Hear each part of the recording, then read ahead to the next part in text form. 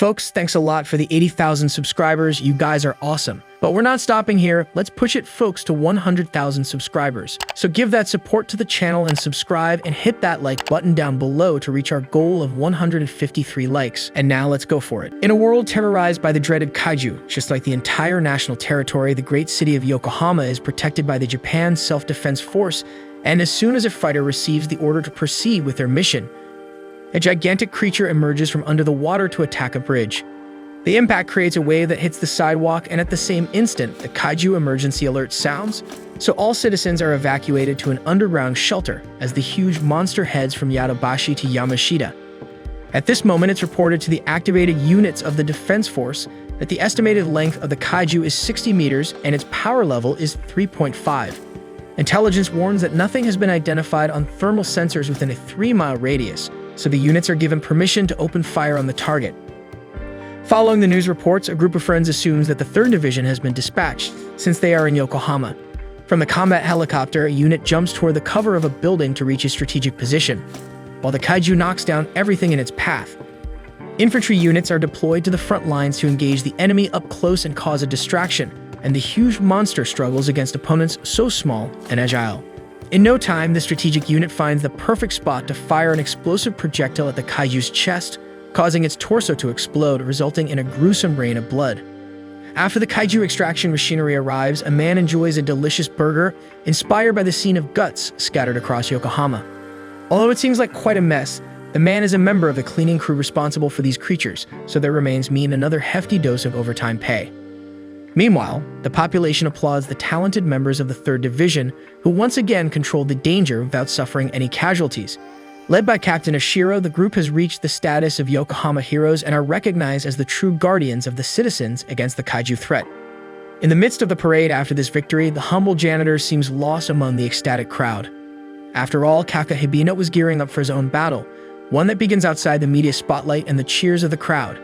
Serving Azumotech in addition to cleaning, his team is tasked with collecting a sample of the slain Kaiju, so Kaka requests a heat chainsaw to cut the fat stuck to the monster's jaw. Suddenly, one of the Kaiju's organs explodes, causing a workplace accident and inflicting a serious burn on a worker's leg. According to Kafka, whenever the 3rd Division springs into action, they leave behind this mess, making it difficult to distinguish which organs might be dangerous. However, that's not the only problem to be considered, considering that the cleaning crew has been ordered to finish the job by the end of the weekend, even though the 60-meter creature has left the sea dirty for miles around. As if that weren't enough, Kafka is assigned to clean the intestines due to a lack of a worker, and let's just say that's not the most pleasant part of the body to work on, if you consider what is produced in that region.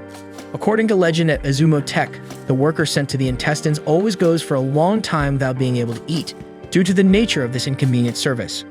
Arriving home, Kafka is exhausted after the heavy shift, and to make matters worse, he can still smell the animal's feces burning in his nostrils, so he blows his nose as if trying to force the stench out. Behind him, the TV highlights the heroic actions of the 3rd Division of the Defense Force and its young leader, Mina Ashiro, who not only attained the rank of captain at 27, but also has hundreds of slain Kaiju to her credit. Watching the report, Kaka remembers when he promised alongside Mina that they would exterminate the Kaiju together, but his smoker's lung is living proof that time has passed, along with his childish ambitions. Upon turning off the television and seeing his reflection on the screen, Kaka wonders how he ended up there, but just a brief thought about his current life situation makes the young man lose his calm. In the end, he content himself with performing an important service for society, which provided him with a decent roof over his head where he can live, because according to him, that's good enough. However, as he headed to work the next day, Kaka couldn't stop thinking about yesterday's report, and when he arrives at the service headquarters, he is introduced to a new Azumotech employee named Rino Ichikoma. The young man begins an internship today with the others, but according to Toku, he only thinks about joining the Defense Force as soon as he gets the chance.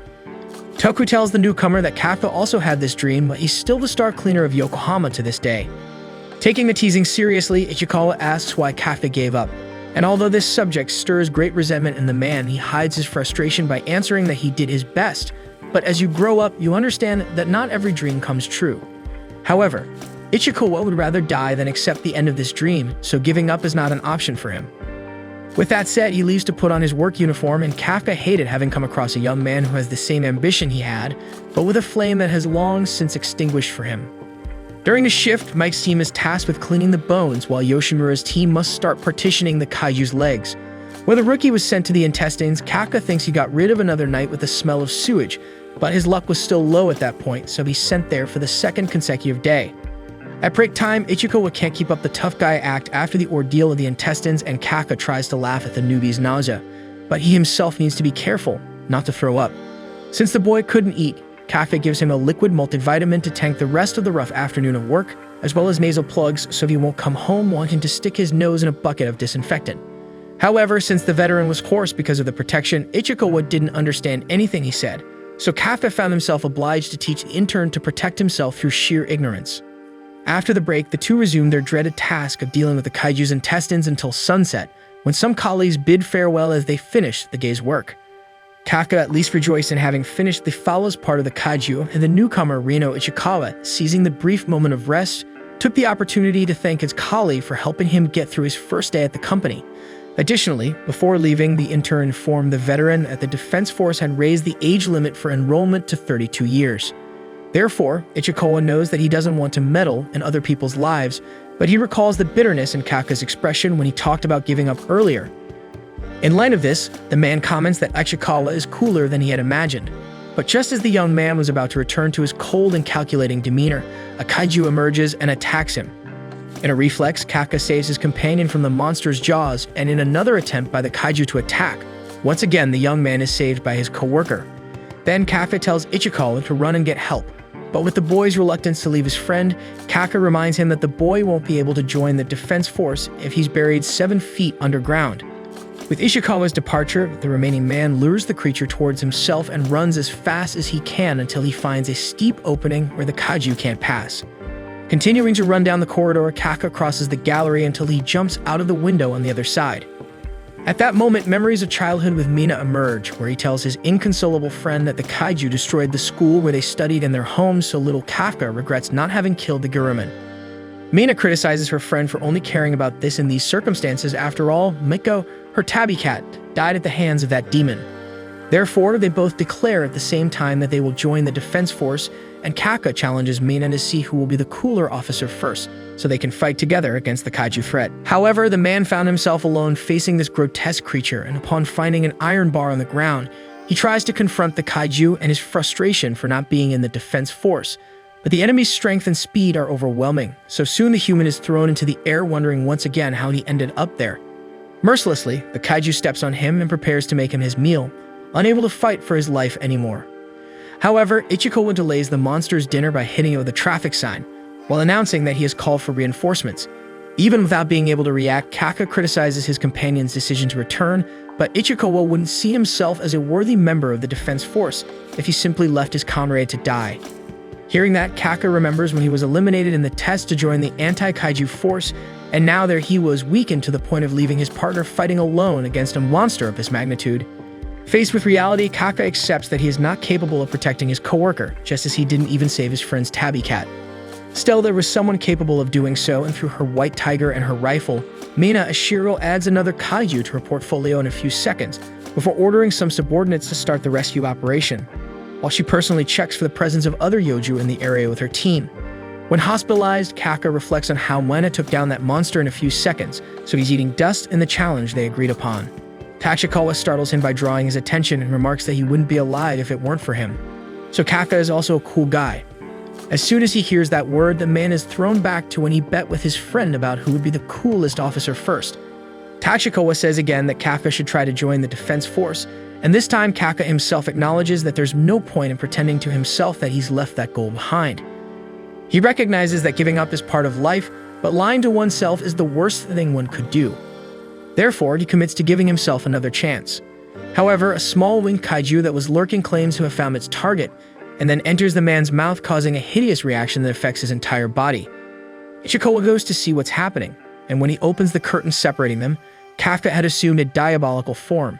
Seeing himself in the window, the monster panics alongside his friend, while an old man passing through the corridor sees the scene and pulls out his cell phone to report the presence of another kaiju. Returning to a moment from Kaka's childhood, Mina showed her usual confidence by swearing to protect him when he was scared.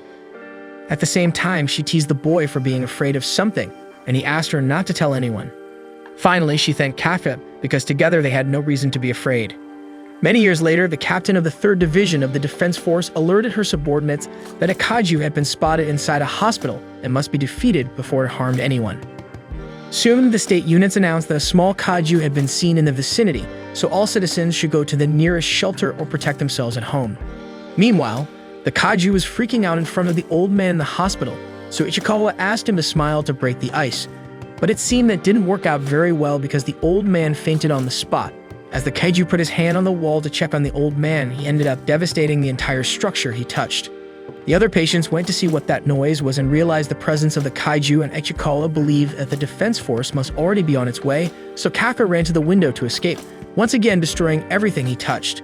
Despite this, they had no choice, so they decided to jump anyway.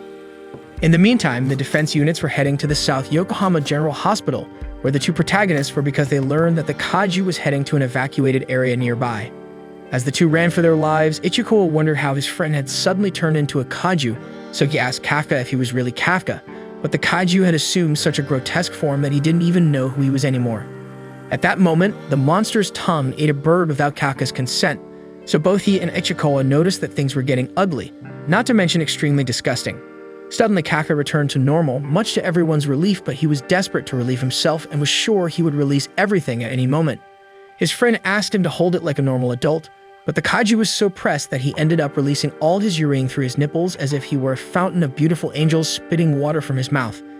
This destabilized the poor boy emotionally to the point where he thought no one would want to marry him. But the other boy reminded him that there were more serious things to think about at the moment. Shaken, Kaka asked if he could still join the defense force, and Ichikawa shook his head no 7 times in 3 seconds because it was easier to kill Kaka outright than to let him set foot in any base of that army. Faced with this, Kaka deeply lamented what was happening to his body just when he had promised to meet Mino in the defense force after so many years of frustration and passivity. Concerned about the imminent arrival of the state agents, Ichikawa wanted them to jump into a prohibited area to throw the agents off, but Kaka noticed the strange presence of some being coming from underground.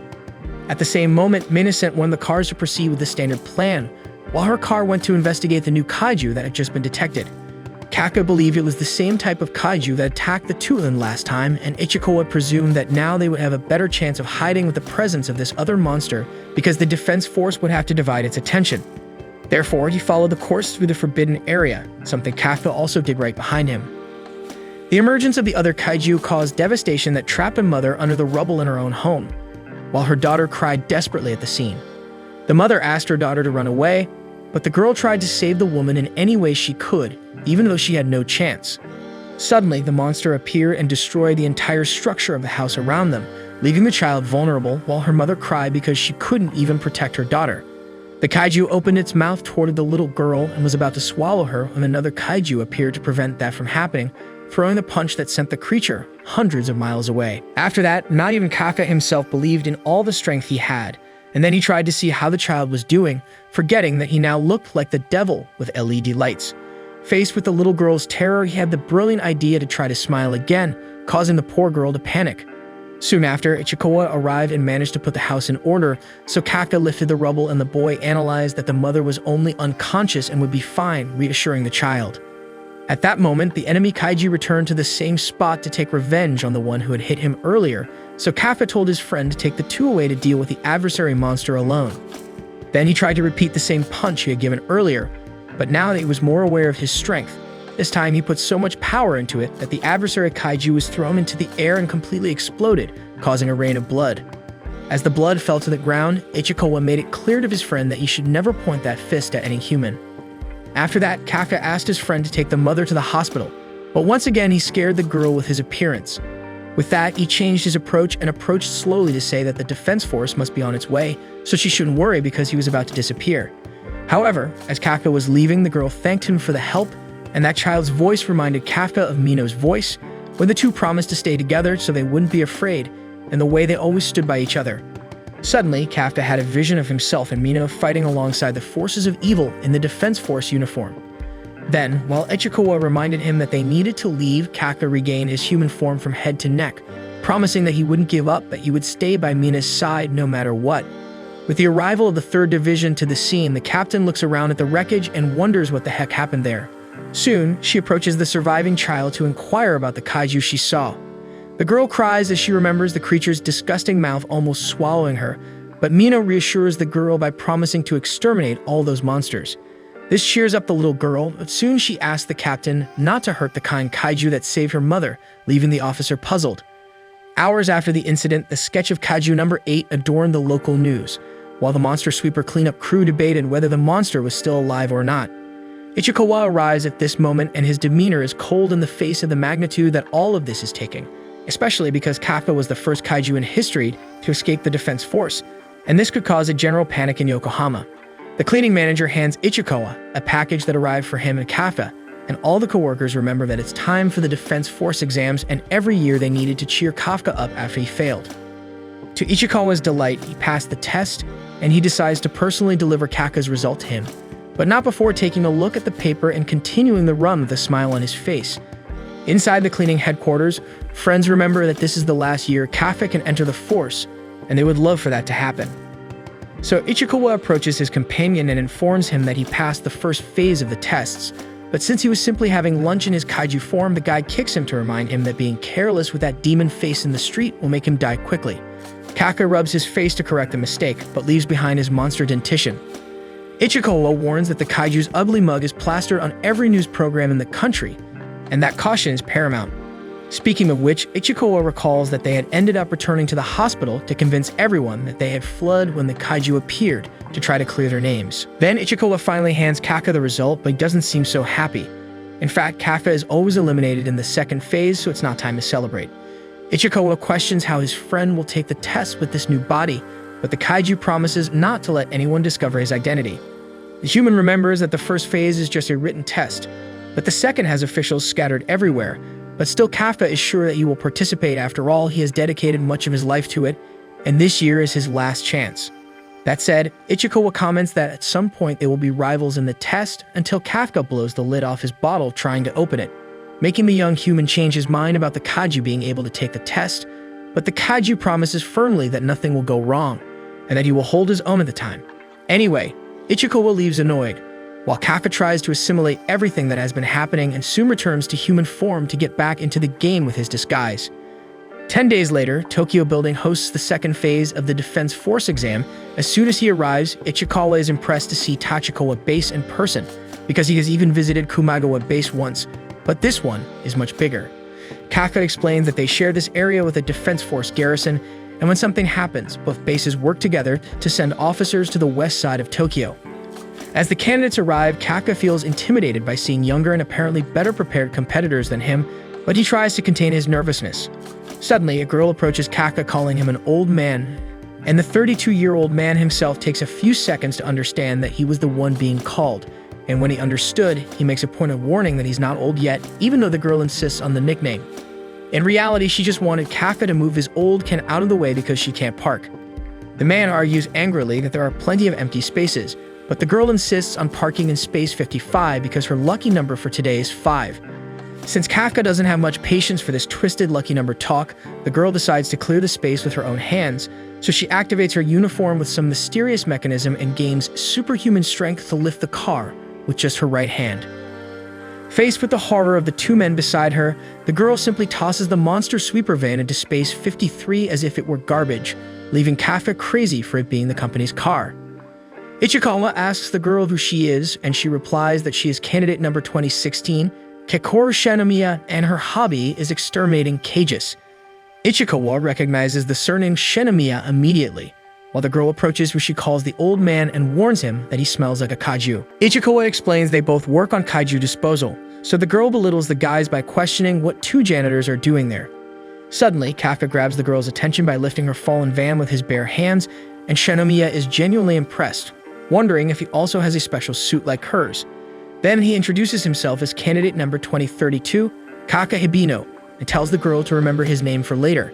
However, in the middle of this speech, the rich girl's butler steals his spot, and that's that, while she warns it'll be fun putting Kafka in his place during the selection. With that said, she tosses her hair back and calls Sabasu, the butler, to follow her along with her two guards. With the departure of this annoyingly arrogant figure, Ichikawa already says it won't work if the guy shows his powers for everything that happens, and even though Kafka argues he only transformed his hands to lift the van, that wasn't the point. At this moment, two soldiers approach after hearing the commotion from afar and ask if everything's okay, and as soon as the two candidates say it's all good, the soldiers tell them to get in for the competition, while Ichikawa warns he'll send Kafka home on the next slip-up.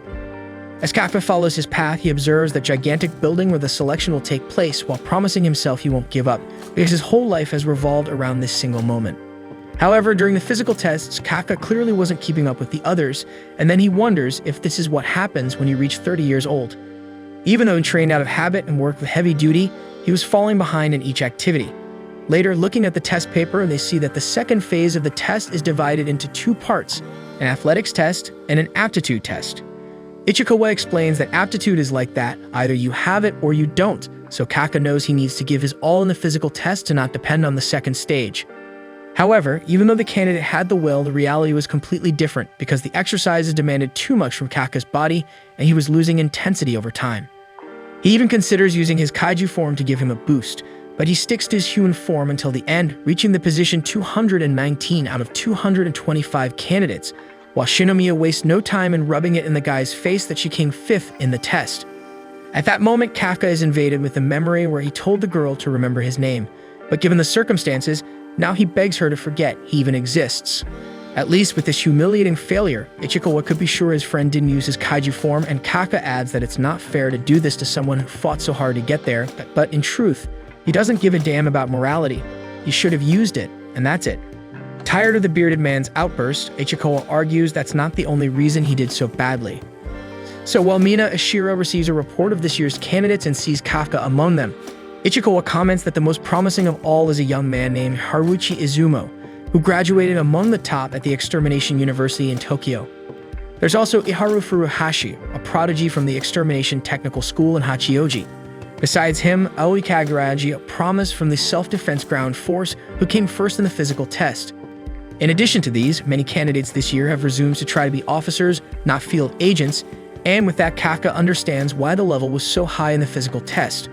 But for Ishikawa, the main highlight is a 16-year-old candidate, graduated from the Extermination University of California, the youngest to achieve this feat. Yes, it's her, Kakoru Shinomiya. Speaking of her, the girl asks if Kafka finally discovered that she's amazing, and he ends up admitting it, only as if she were some kind of pop idol, so her guards beat him mercilessly. Faced with the beaten man, Shinomiya says it's already the second humiliation of the day, and she's looking forward to the next one. Kafka rants futilely against the girl, especially since she left with all of her pride intact, but Ichikawa shows the light at the end of the tunnel by stating that there is hope, since in the last 2 years, the second part of the test has been the disposal of Kaiju corpses to test knowledge of creature anatomy and teamwork. That's why Ichikawa chose this part-time job, and hearing every word, Kafka gains an extra breath for the rest of the competition. Sometime later, the candidates arrive at the gate of training area 2 of the Defense Force. Vice Captain Hoshina of the 3rd Division is the head of the committee for the second phase of the test this year. Behind these gates, all candidates will begin the aptitude test, and their task will be to find and neutralize Kaiju. At that moment, a monstrous beast advances overwhelmingly against the vice captain. But he remains calm because the event organization is efficient enough to raise the gate bars before any tragedy occurs. Kafka is terrified by the size of this monster, unlike the most promising candidates who exude confidence. Seeing the newly 30-year-old fallen again, Shinomiya takes the opportunity to laugh at his face for the 3rd time that day, so Kafka goes to cry to his friend because he said this second part would be about dismantling the Kaiju. Anyway, the Defense Force doesn't intend to send the candidates into battle empty-handed, so they present to everyone the official Izumo Tech uniform, the GX 4552. As soon as he wears the suit, Ichikawa feels the Kaiju fibers pressing against his body, almost as if merging with him and making his muscles more powerful.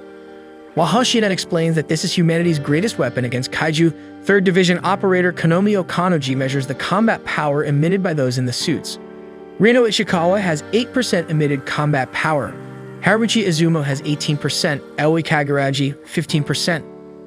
Already, Haru Furuhashi presents 14%, which enrages the candidate who thought he had more. With that said, the vice captain of the 3rd Division explains that the combat power emitted is a measure of how much of the total power of the suit you can activate, and that even after training, it continues to hover around 20%. However, one candidate presents a surreal level of symbiosis with the Izumo Tech suit. Kakoru Shinomiya is emitting 46% of combat strength. In the operator's opinion, she is simply the greatest talent in history, and Hashina believes the young woman is already at the platoon leader level. On the other hand, Ichikawa is frustrated with his 8%, so the vice captain explains that this is normal the first time, and that it's much better than 0%, even though he has never seen that happening in his entire life. That's where the impossible happened because Kaka Ibino didn't present any released combat power, even though he was almost bursting his muscles from exertion. Hashina can't help but burst into laughter with the guy, who just asks for a little more time to unleash his real power that comes from within, whether it's his combat strength or an incredibly powerful flatulence. Hashina mocks the candidate's inefficiency, but even Shinomiya is waiting for Kafe to show that strength he showed in the parking lot. Anyway, the committee chief announces that the final test will begin at that moment. So upon arriving at the exam location, he explains that the candidates' targets are the Honju and 36 Yonju distributed throughout the urban training area. These Kaiju caused 16 deaths in Hachioji last year, so they were captured to be used in this test with anti-Kaiju weapons. Everyone will be monitored by drones that will activate the suit's shield if there is a risk of life involved, but this is the signal that the candidate has been eliminated. After the explanation, the responsible one announces the start of the activity, and soon Shinomiya takes the lead over the others by running along the walls of the buildings with all the capacity emitted by the suit. Upon sighting Yoju 12 ahead of her, she eliminates the creature with extreme efficiency, and shortly thereafter she does the same with Yoju 3, which was surrounded by other competitors. Far behind, Kafka doesn't want to let the girl do everything alone in this test. That 0% affinity with the suit makes the man struggle even to carry the rifle, which ends up delaying Ichikawa too. Suddenly, the vice captain announces that the captain of the 3rd Division, Mina Ashiro, has come to personally honor the event, so it's an opportunity to impress the officer. Faced with the news, Kafka can't help but remember his competition against her, so he uses his head to seize his last chance to join the defense force. Debating with Ichikawa, they question why the drones monitor the candidates so closely, because they could count kills and activate the shields with remote sensors. Therefore, considering that not all participants have a good combat level like the two of them, perhaps the examiners are also evaluating not only offensive power but also adaptability. So they head to the rear to assist the front line as much as possible.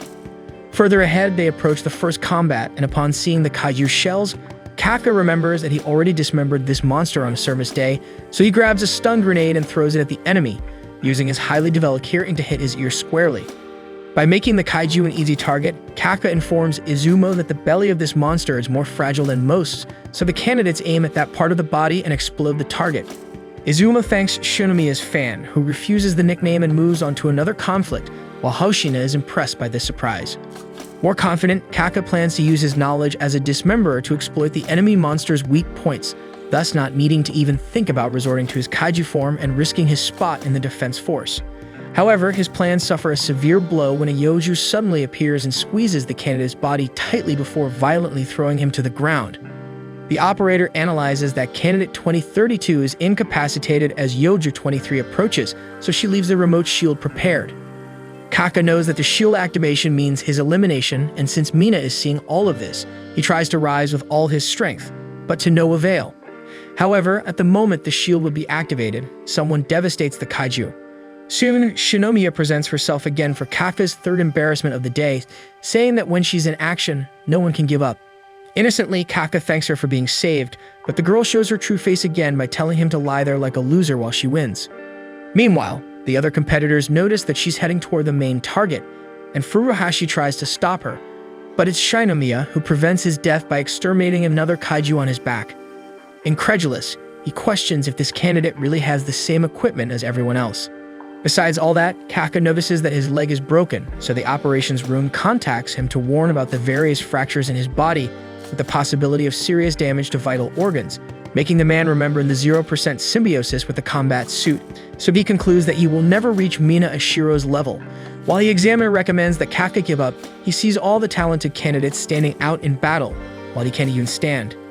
However, the decision to give up remains his alone, and the fact that all the moments of his life revolve around this test makes the candidate give his all to slowly rise and activate his combat power emitted by the suit, even if only 0.01%. Okanoji questions how the hell this madman managed to get up with a broken leg, while Hoshino warns that any problem that arises will trigger the remote shield without a second thought. However, Kafka is more confident than when he had his whole body. Still, he asks Ichikawa to go his own way because if he becomes debilitated, he won't need to slow down his companion. However, the boy extends his hand and commits to staying by his friend's side in support. Remembering when he saved his skin the other day, Kafka squeezes the boy's hand and they continue on the mission. Hashina dies laughing in the monitoring room because Ichikawa is simply carrying the other candidate on his back to the battle.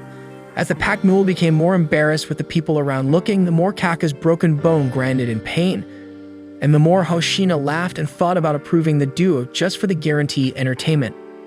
One way or another, the two were taking that moment very seriously, unlike the head of the evaluation committee.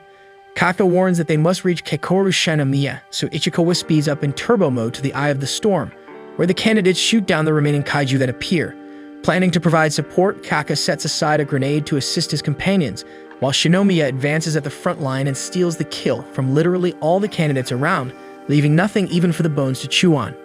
Izumo knows that the girl wants to take all the fame for herself, but doesn't know what to do to join that circle, since she parades with her suit as if she were a superhero saving the world until she annihilates all the Yoju in the Delta area, leaving only the gigantic Hanju.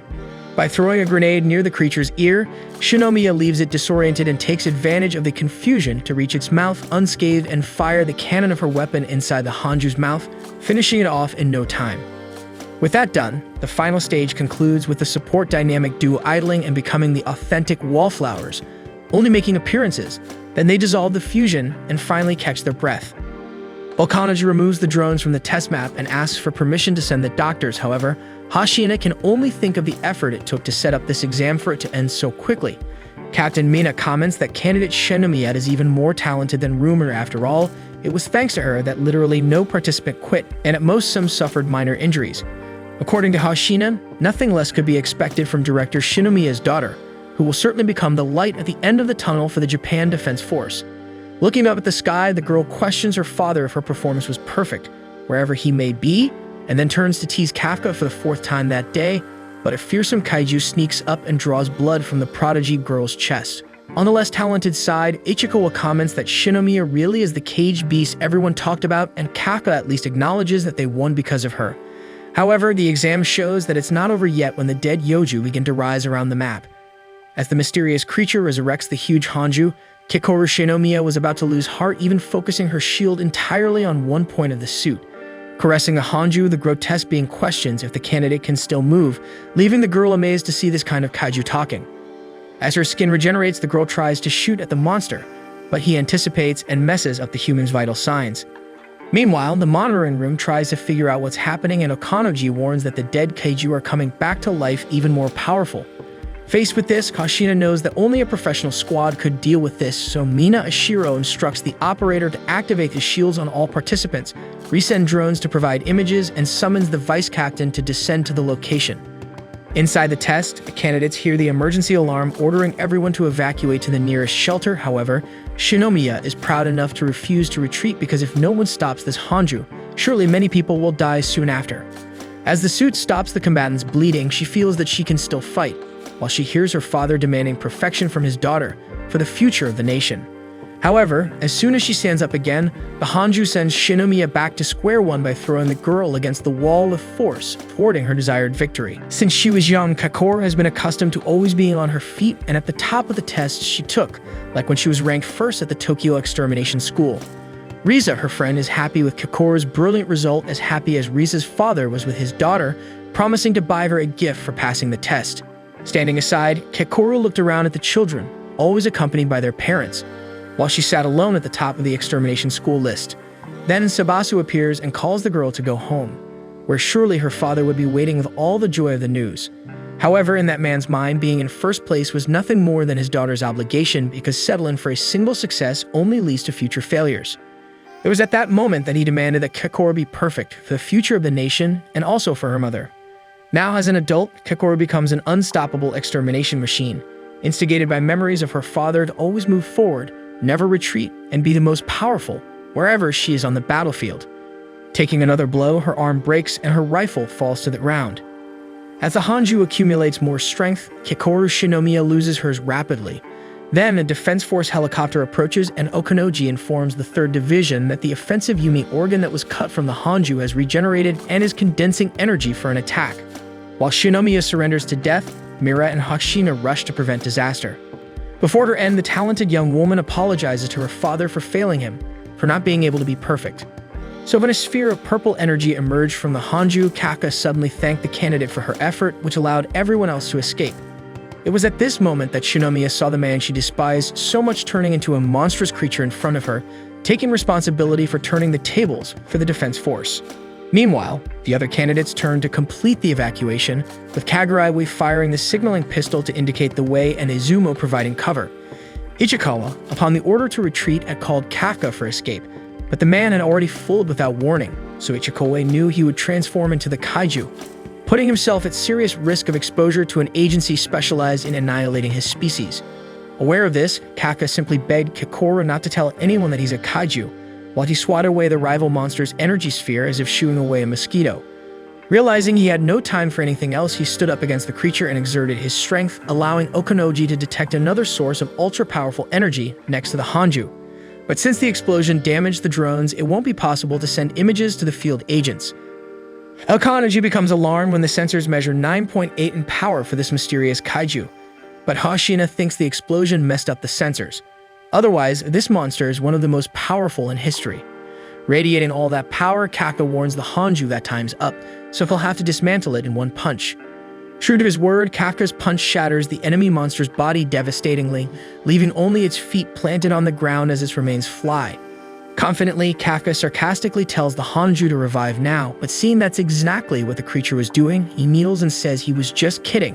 Whether he was ahead of the pleat or not, the adversary creature interrupts his regeneration and returns to death.